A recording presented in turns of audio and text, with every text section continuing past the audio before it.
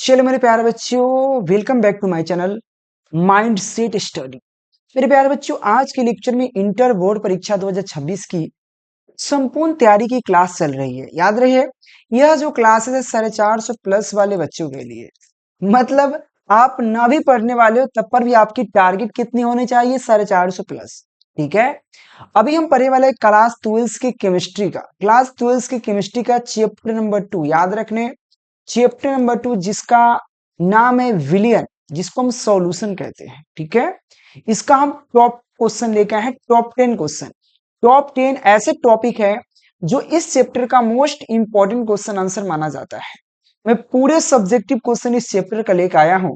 70 में 70 की 100% गारंटी दी जा रही है, लेकिन उसके लिए आपको चैप्टर वाइज चैप्टर पढ़ना पड़ेगा और बिल्कुल फ्री फ्री फ्री। भाई कोई चार्ज नहीं लगता है माइंड सेट यूट्यूब चैनल पे। ठीक है, चलिए लेक्चर को शुरू करते हैं। तो याद रहे मेरे प्यारे बच्चों, mind set study channel subscribe कर लीजिए। सबसे पहला मोस्ट इंपॉर्टेंट क्वेश्चन है कि किसी घोल, घोल मतलब होता है विलियन। याद रहे मेरे प्यारे बच्चों, विलियन। ठीक है, विलियन। तो किसी घोल की मोलरता तथा मोललता में अंतर स्पष्ट करें। मोलरता को मोलरिटी कहते हैं और मोललता को मोललिटी कहते हैं। ठीक है, दोनों में अंतर पूछ रहा है। तो सबसे पहले मोलरता और मोललता। ठीक है, लता है, रता है, ये लता है। देखो लता है, रता है।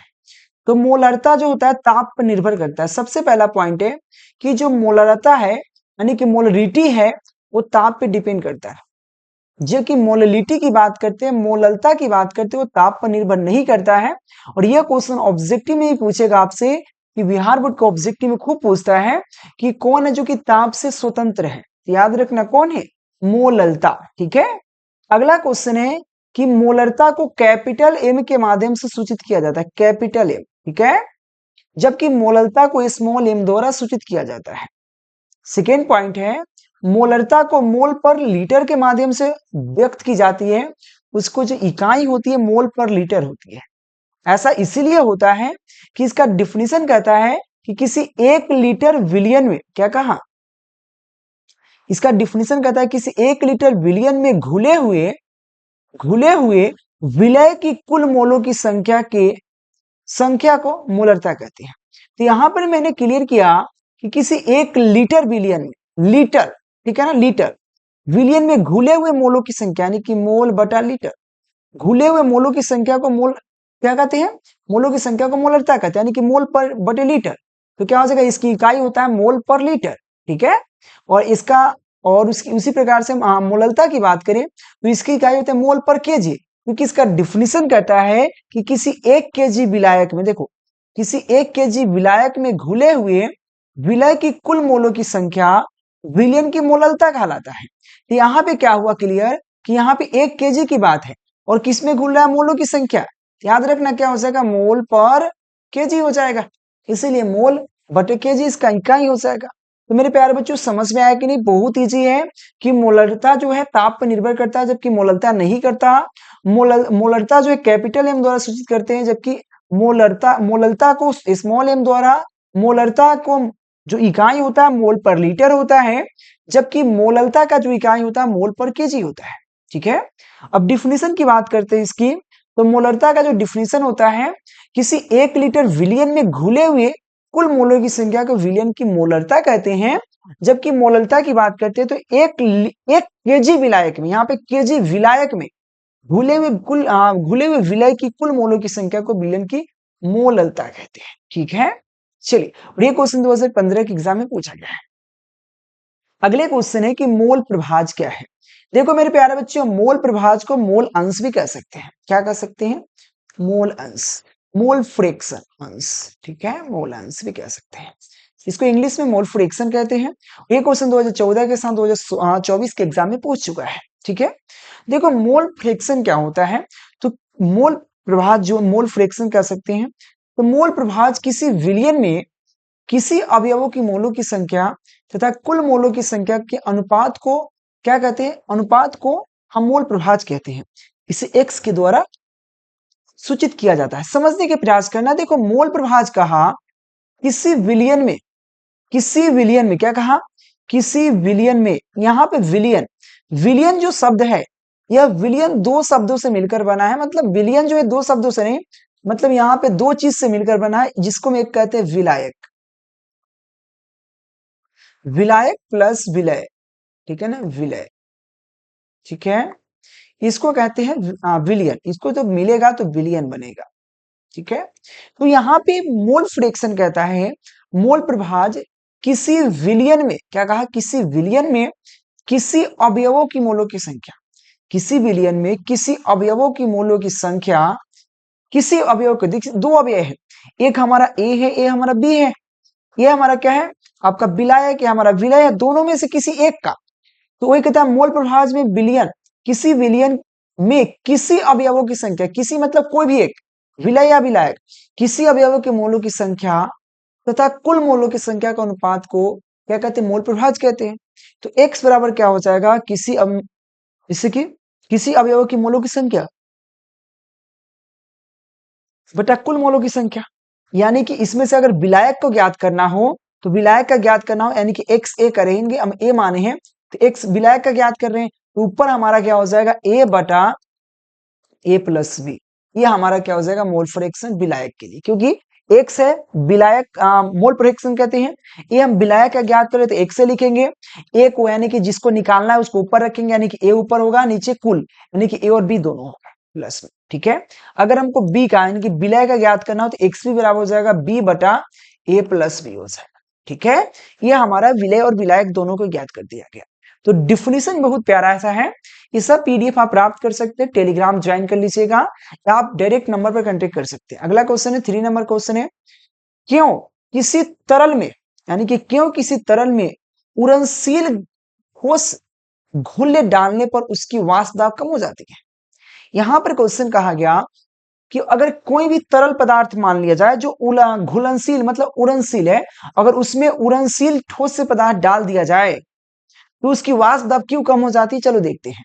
तो जब किसी तरल में वाष्पशील ठोस जैसे चीनी, यानी कि वाष्पशील ठोस जैसे चीनी घुलाया जाता है तो उसकी वाष्प दाब कम हो जाती है।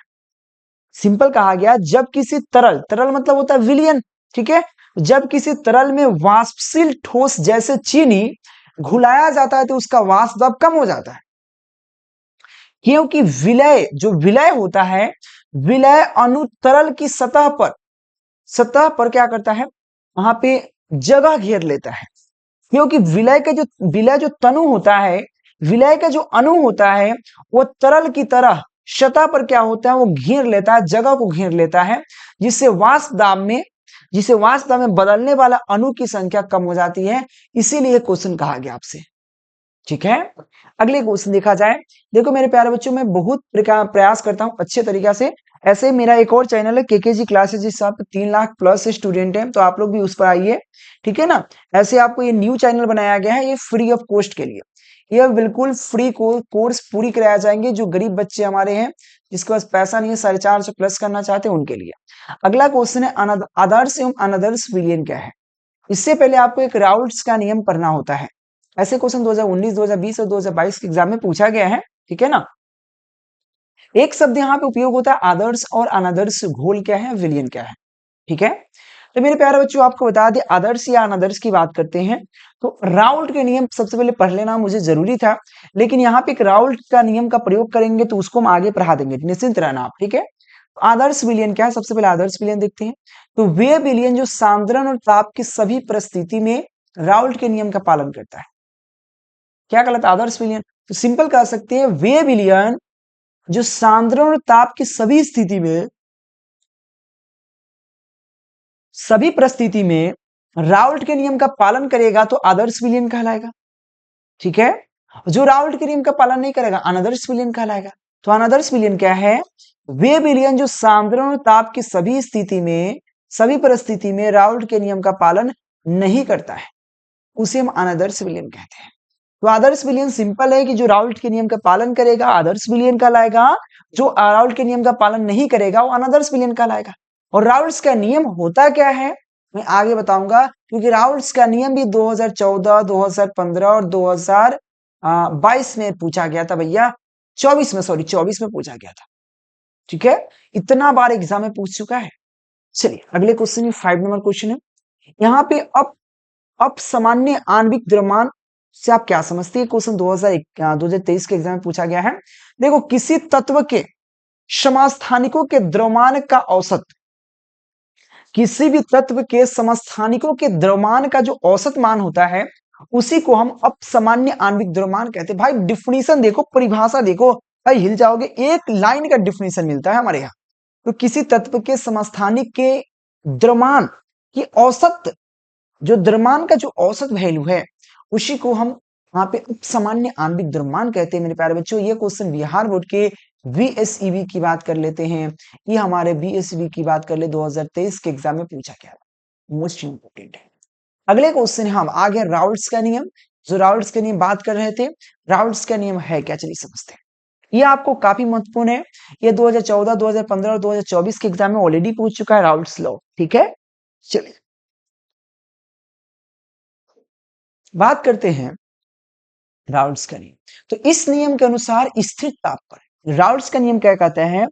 इस नियम के अनुसार स्थिर ताप पर वाष्पशील द्रवों में विलयन, वाष्पित द्रव में विलयन के प्रत्येक अवयवों का आंशिक वाष्प दाब। यहाँ पे एक शब्द हुआ विलयन के प्रत्येक अवयव। यहाँ पे क्या है समझिए। देखिए, विलयन के दो अवयव हैं, प्रत्येक अवयव मतलब विलयन के प्रत्येक अवयव मतलब दो। एक हो जाएगा विलय या विलायक, मैं पहले लिख देता हूं विलायक प्लस विलय। ठीक है, विलय दो अवयव होता है मेरे प्यारे बच्चों। ठीक है, तो याद रखना इस नियम के अनुसार स्थिर ताप पर वाष्पशील द्रवों के विलयन में प्रत्येक अवयवों का आंशिक वाष्प दाब, प्रत्येक मतलब विलाय और विलय दोनों, ठीक है ना। प्रत्येक अवयवों का आंशिक वाष्प दाब उसके मोल प्रभाज यानी कि मोल फ्रैक्शन, जिसको एक्स से दर्शाते हैं, मोल प्रभाज के समानुपाती होता है। अगर मान लिया जाए विलयन है, विलयन में दो विलायक और विलय, बी यहाँ पे पी ए क्या है विलायक का वाष्प दाब और पीबी विलय का आंशिक वाष्प दाब है, और उसका मोल फ्रैक्शन, विलायक का मोल फ्रैक्शन ये विलायक का एक्स ए हो जाएगा और विलय का क्या हो जाएगा, विलय का एक्स बी हो जाएगा। ठीक है, इस नियम से क्या कहेगा, राउल्ट्स के नियम से सीधा कहा गया विलयन के प्रत्येक अवयव यानी कि विलायक प्लस विलय के अवयवों का आंशिक वाष्प दाब उसके मोल फ्रैक्शन के बराबर होता है। यानी कि पीए क्या हो जाएगा, पीए आपको एक्स ए के प्रोपोर्शनल हो जाएगा। यानी कि विलायक है, यानी कि जो विलायक के वाष्प दाब, आंशिक वाष्प दाब विलायक के मोल प्रभाज के समानुपाती होगा, है कि नहीं। और विलयन का मोल प्रभाज, विलय के मोल प्रभाज यहाँ पे विलय के आंशिक वाष्प दाब के बराबर होगा, समानुपाती होगा। तो सबसे पहला ये है, उसके बाद ये है। पहले वाला जो हमारा एक्स यहाँ पे P A equal to proportional X से था, तो प्रोपोर्शनल का चिन्ह हटाएंगे, कुछ ना कुछ कांस्टेंट लगाते हैं। तो यहाँ पे पी इक्वल टू क्या होगा, पी नॉट ए एक्स है, जहां पे पी नॉट ए क्या है, एक कांस्टेंट है कि नहीं, या शुद्ध वाष्प दाब मान सकते हैं, ये विलायक का शुद्ध वाष्प दाब कह सकते हैं उसको। उसी के बाद यहाँ पे पीबी बराबर क्या होगा, P not B X B, और यहाँ पे पी नॉट बी क्या है, विलय का शुद्ध वाष्प दाब। अब भाई यह क्या है, विलायक का, यह है विलयन का, सॉरी विलय का, और विलय और विलायक मिलकर क्या बनता है, विलयन बनाता है। तो विलयन का कुल वाष्प दाब क्या होगा, पी बराबर पी ए प्लस पीबी। पीए क्या है विलायक का वाष्प दाब और पीबी क्या है विलय का वाष्प दाब। जब दोनों जोड़ेंगे तो पी बराबर क्या होगा, P not A X A plus P not B X B. और ये इसके लिए क्या है, राउल्स का नियम है। अगर इस नियम का पालन कर रहा है तो आदर्श विलयन है, अगर पालन नहीं कर रहा है तो अनादर्श विलयन है, जो आपसे पहले भी क्वेश्चन किया है। और ये फिक्स है कि 2 मार्क्स में हर साल पूछे जाते हैं। ठीक है, अगले क्वेश्चन है क्वथनांक के उन्नयन से आप क्या समझते हैं। ऐसे क्वथनांक का उन्नयन की बात करिए, एक प्रकार का अनुसंख्यक गुणधर्म, अनुसंख्यक गुण जो होता है उसी का एक प्रकार है। अनुसंख्यक गुण क्या होता है मैं आगे पढ़ाऊंगा, निश्चिंत रहें। ठीक है ना। तो क्वथनांक के उन्नयन से आप क्या समझते हैं, 2020 के एग्जाम में पूछा गया था। ठीक है, तो किसी द्रव का क्वथनांक वह ताप है, किसी भी द्रव जो होता है एक द्रव का क्वथनांक वह ताप है जिस पर उसका वाष्प दाब वायुमंडलीय दाब के बराबर हो जाता है। यह परिभाषा मेरे यहाँ का जो लाइन बाइट परिभाषा मिलता है, एक एक लाइन का, दो दो लाइन का, इतना बेहतरीन तरीका, क्योंकि साइंस पढ़ रहे हो और साइंस में डिफिनीशन बहुत इजी होना चाहिए। तो किसी द्रव का क्वथनांक वह ताप है जिस पर उसका वाष्प दाब वायुमंडल के दाब के बराबर हो जाता है। ऐसे ये 5 नंबर का क्वेश्चन है, लेकिन आपको 2 नंबर में पूछता है, 2020 में पूछा था। ठीक है, तो मैं डायरेक्ट फॉर्मूला लिखूंगा, क्योंकि प्रूफ जब करूंगा तो 5 मार्क्स में प्रूफ करूंगा। ठीक है ना, जिसका फॉर्मूला होता है डेल्टा टीबी बराबर एक्स बी गुने डब्ल्यू बी गुने 1000 अपॉन एम बी गुने डब्ल्यू ए। जहां पे आपको सबसे पहले आपका एम बी की बात कर लेते हैं। एम बी क्या है? विलय का आणविक द्रव्यमान है। उसका डब्ल्यू बी यानी कि डब्ल्यू बी की बात कर लेते हैं। डब्ल्यू बी आपका है विलय का द्रव्यमान, और यहाँ पे डब्ल्यू ए जो है विलायक का द्रव्यमान। ठीक है, ये चीज आप याद रखना। और डेल्टा टीबी क्या है?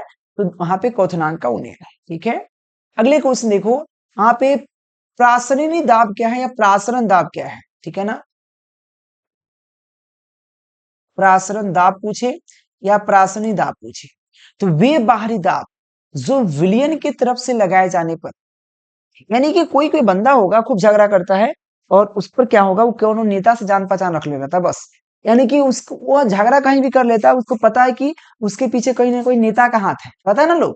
तो वे बाहरी दाब जो विलयन की तरफ से लगाए जाने पर प्रासरण की क्रिया को रोका जाता है, प्रासरण दाब कहलाता है। इसे पाई द्वारा सूचित किया जाता है। ठीक है, चलिए अगले क्वेश्चन देखा जाए। उसने तनु घोल के अनुसंज्ञक गुणधर्म को लिखे। अनुसंज्ञक गुणधर्म होता क्या है और ये कितने प्रकार के होता है? देखो, अनुसंज्ञक गुणधर्म बहुत प्यारा है। अनुसंज्ञक गुण विलयनों के वह भौतिक गुण है जो एक निश्चित आयतन में उपस्थित विलय की कणों की संख्या पर निर्भर करता है, अनुसंख्यक गुण कहलाता है। डिफिनेशन बहुत क्लियर है कि अनुसंख्यक गुण विलयनों की वह भौतिक गुण है जो एक निश्चित आयतन, फिक्स आयतन में उपस्थित विलय की कणों की संख्या पर निर्भर करता है। किस पे? विलय की कणों की संख्या पर निर्भर करता है, अनुसंख्यक गुण कहलाता है। आपको ऑब्जेक्टिव में कैसे पूछेगा मैं बताता हूं। पूछेगा कि यहाँ पे अनुसंख्यक गुणधर्म निर्भर करता है विलय की कणों की संख्या पर, विलयन की कणों की संख्या पर, विलय की कणों की संख्या पर। तो याद रखना, विलय की कणों की संख्या पर निर्भर करता है। ठीक है, और विलय की प्राकृतिक और उसकी संरचना पर डिपेंड नहीं करता। एक और चीज यहाँ पे नोट में लिख लेना, नोट में। ठीक है, नोट।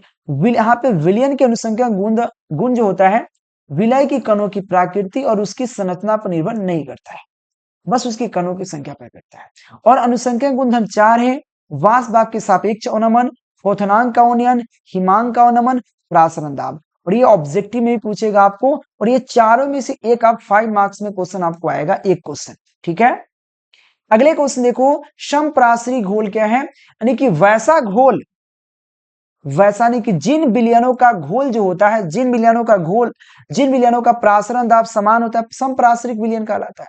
यानी कि जो विलयन का प्रासरण दाब समान प्राप्त हो, बराबर प्राप्त हो, इक्वल प्राप्त हो, उसे हम लोग कहते हैं समप्रासरिक घोल। ये क्वेश्चन देखो 22 और 23 लगातार 2 बार पूछ ले हैं। अगले क्वेश्चन है, क्वेश्चन कहा गया मोल उन्नयन स्थिरांक क्या है? यह विलयन की मोलरता से किस प्रकार संबंधित है? 2023 में पूछा था। तो मोलर यहाँ पे मोलर उन्नयन स्थिरांक, मोलर उन्नयन स्थिरांक किसी विलयन के, यहाँ पे सॉरी विलयन नहीं, विलायक, किसी विलायक के 1000 ग्राम में किसी विलय की 1 मोलों की संख्या या मोल को घोलने पर उसके क्वथनांक में होने वाला उन्नयन को कहते हैं। समझिए कि अगर देखो विलयन जो बनता है, ये मैं बता दूं, यहाँ पे विलयन, विलयन 2 चीज से बनता है, विलायक प्लस विलय से बनता है। अगर 1000 ग्राम, 1000 ग्राम विलयन है, और इसमें कहा गया विलय की 1 मोल को, और इसमें 1 मोल जो है, मोल विलय की 1 मोल, ठीक है ना, 1 मोल पर उसके क्वथनांक में, अगर हम 1 मोल अगर विलायक में डाल रहे हैं, 1000 ग्राम विलायक में 1 मोल अगर इसमें डाल रहे हैं, 1 मोल हम विलय डाल रहे हैं, और इसमें जो भी यहाँ पे उन्नयन होगा, उन्नयन जो भी इसमें उत्पन्न होगा, उसी को कहते हैं मोल, यहाँ पे मोलल उन्नयन। ठीक है, तो मोलल, यहाँ पे मोलल उन्नयन स्थिरांक किसी विलायक के 1000 ग्राम में किसी विलय की 1 मोल को घोलने पर उसके क्वथनांक में होने वाले उन्नयन को क्या कहते हैं? मोलर उन्नयन कहते हैं। इसे केबी के माध्यम से सूचित किया जाता है। 12 नंबर क्वेश्चन देखो, हेनरी का नियम। देखो मेरे प्यारे बच्चों, हेनरी ने एक नियम दिया जो बहुत प्यारा सा नियम था, और हेनरी का नियम का उपयोग आज भी करते हैं गैथाखोर लोग। तो देखो इस नियम के अनुसार किसी स्थिर ताप पर द्रवों में गैसों की विलयता आरोपित दाब के सीधा समानुपाती होता है। मान लिया जाए कि द्रव में गैसों की विलयता m है, आरोपित दाब p है, तो m प्रोपोर्शनल p हो जाएगा, क्योंकि यहाँ पे कहा कि इस नियम के अनुसार स्थिर ताप पर गैसों में, हमें द्रव में गैसों की विलयता, द्रव में गैसों की विलयता उसके आरोपित दाब के सीधा समानुपाती होता है, यानी कि m प्रोपोर्शनल p। जैसे समानुपाती का चिन्ह हटाएंगे, यहाँ समानुपातिक चिन्ह हट गया, तो यहाँ पे kp लगाएंगे, m इक्वल टू क्या हो जाएगा kp, जहां पे kh तो kh क्या है, हेनरी नियतांक है। तो kh क्या है, हेनरी नियतांक है, यह बेसिकली हेनरी का नियम है। ऐसे इसका उपयोग भी है, इस उपयोग को हम नहीं लिया इंपॉर्टेंट में, क्योंकि सब चीज इंपॉर्टेंट ले लेंगे तो फिर याद कैसे करो। ठीक है, ऐसे सबको पढ़ाते हैं हम कहाँ पे, तो पूरे थ्योरी केकेजी क्लासेस पे मिलेंगे। इंपॉर्टेंट क्वेश्चन आंसर आपको यहाँ पे मिल रहा है। माइंड सेट स्टडी, याद रखना, माइंड सेट स्टडी की बात करें मेरे प्यारे बच्चों, इस पर आइए, डेली क्लास चल रहा है। अगले क्वेश्चन है अर्थ प्रागम में झिल्ली। सिंपल है, अर्थ प्रागम में झिल्ली को समझना भी आसान है। देखो कैसे, जैसे कि हम मान लेते हैं यहाँ पे 3-4 चीज का उपयोग करेंगे। यहाँ पे डिफिनेशन क्या, वे झिल्ली, झिल्ली को हम यहाँ पे चाय छन्नी मान ले, चाय छन्नी जानते हैं, छन्नी, छन्नी, चाय छन्नी, ठीक है। झिल्ली जो विलायक, विलायक को हम मान लेते हैं, दूध मान लेते हैं, दूध के अणु को अपने से होकर आर पार जाने देता है, किंतु विलय, विलय को हम यहाँ पे चाय पत्ती मान लेते हैं, चाय पत्ती, चाय पत्ती को नहीं। तो अब बताओ, चाय छन्नी से दूध आर पार जाएगा कि चाय, चाय जाएगा, चाय पत्ती जाएगा, दूध वाला चल जाएगा, चाय पत्ती नहीं जाएगा। तो वही कहता है, वे झिल्ली जो विलायक के अणु को अपने से होकर आर पार जाने देता है, किंतु विलय के अणु को नहीं जाने देता है, विलय के अणुओं को नहीं जाने देता है, उसे हम अर्थ प्रगम में झिल्ली कहते हैं। सिंपल डिफिनेशन समझ के आएगा। 14 नंबर क्वेश्चन है, प्रासरण दाब और विसरण में अंतर। प्रासरण दाब और विसरण में क्या है, तो प्रासरण जो होता है अर्थ प्रगम में झिल्ली का होना आवश्यक है, प्रासरण में, जबकि विसरण में अर्थ प्रगम में झिल्ली का आवश्यकता नहीं पड़ता है। यानी कि जिसमें अर्थ प्रगम में झिल्ली का आवश्यकता नहीं पड़ा है, उसमें क्या होगा, विलायक की आवश्यकता नहीं पड़ेगा, क्योंकि आपको पता है विलायक की आवश्यकता इसलिए नहीं पड़ेगा, अर्थ प्रगम में झिल्ली का आवश्यकता नहीं पड़ता, उसमें विलायक और विलय दोनों के माध्यम से हो सकता है, और जिसमें अर्थ प्रगम में झिल्ली होगा उसमें केवल विलायक द्वारा हो सकता है।